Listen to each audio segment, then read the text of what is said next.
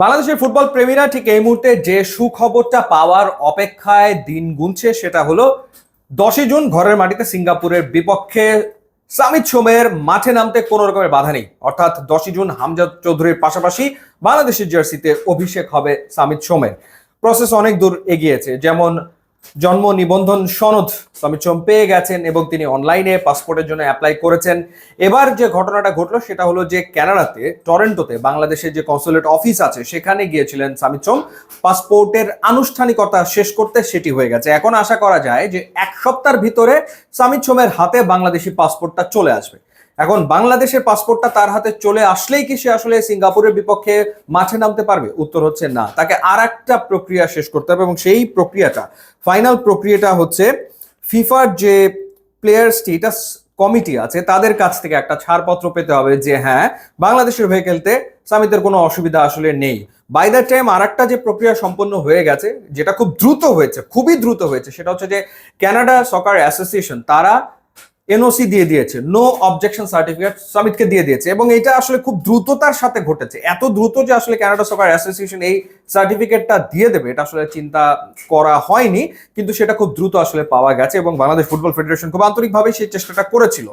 এখন কথা হলো যে ফাইনাল যে স্টেটাসটা, মানে ফাইনাল যে জায়গাটা, সেটা হচ্ছে যে ফিফার প্লেয়ার স্টেটাস কমিটির ছাড়পত্র, এটা আসলে পেতে কয়দিন লাগতে পারে?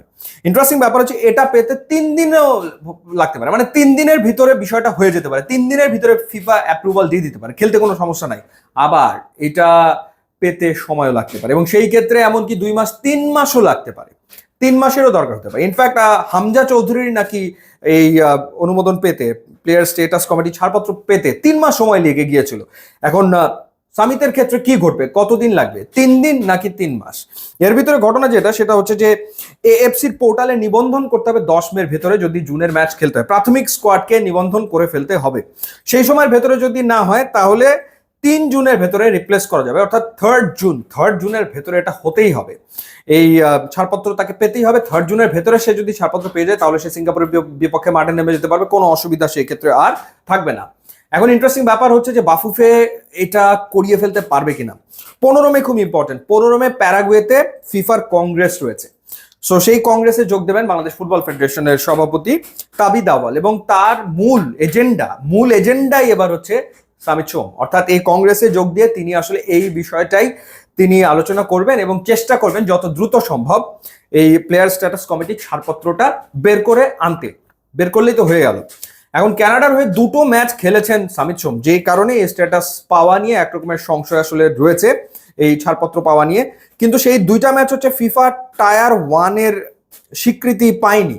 ফিফা টায়ার 1-এর স্বীকৃতি না পাওয়ার কারণে ওই 2 ম্যাচ খেলার ফলে প্রক্রিয়াটা দীর্ঘায়িত হবে তেমনটা আসলে ভাবা হচ্ছে না। তার মানে প্রক্রিয়াটা খুব দ্রুতই সম্পন্ন হবে বলে সবাই আসলে আশা করছে। আর যদি সেটা হয়ে যায় তাহলে তো সুখবর।